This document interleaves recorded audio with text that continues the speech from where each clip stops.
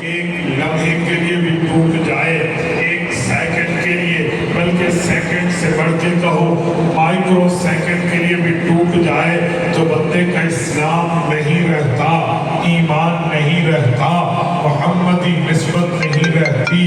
رسالت مآب علیہ السلام سے اس تعلق کو آپ اور ہم نے جوڑے رکھنا ہے۔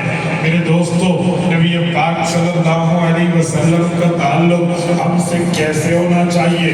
قرآن کریم نے ہمیں بتایا ہے، رسول اللہ کی ذات آپ کے لیے بہترین نمونہ ہے۔ سورۃ احزاب سورت نمبر 33 آیت نمبر 21واں پارہ سیکنڈ لاسٹ صفحہ، رب کریم ارشاد فرماتے ہیں، فرمائے لقد کان لکم فی رسول اللہ اسوۃ حسنہ، اے لوگوں آپ کے لیے رسول اللہ کی زندگی بہترین نمونہ ہے۔